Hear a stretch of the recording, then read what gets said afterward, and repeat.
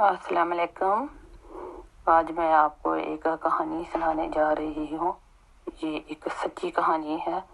Please آپ میرے channel کو سبسکرائب کریں اور بیل آئیکن ضرور دبائیں اور اپنے فرینڈوں سے ضرور شیئر کریں۔ آئیے کہانی شروع کرتے ہیں۔ یہ کہانی ایک لڑکی کی ہے جس کا نام مریم ہے۔ آئیے ہم مریم کی زبانی یہ کہانی سنتے ہیں۔ ہم 6 بہن بھائی، سب کی شادی ہو گئی تھی۔ میں سب سے چھوٹی تھی۔ سب مجھے بہت پیار کرتے تھے۔ مجھے پڑھنے کا بہت شوق تھا۔ اس وقت میری عمر 18 سال کی تھی۔ امی مجھے اکثر کہتی کہ بیٹا آپ کی بھی شادی کرنی ہے اور میں آپ کے لیے رشتہ دیکھ رہی ہوں۔ میں کہتی امی میں نے ابھی پڑھنا ہے۔ امی نے کہا بیٹا جب کوئی مناسب رشتہ آئے گا تو ہم آپ کی شادی کر دیں گے۔ میں نے کہا امی چلیں ٹھیک ہے جیسے آپ کی مرضی۔ ہم ابھی باتیں یہی کر رہے تھے کہ نانی جان کا فون آ گیا۔ نانی جان کہنے لگی کہ آپ کے نانا بہت بیمار ہیں۔ میں نے فون امی کو دیا۔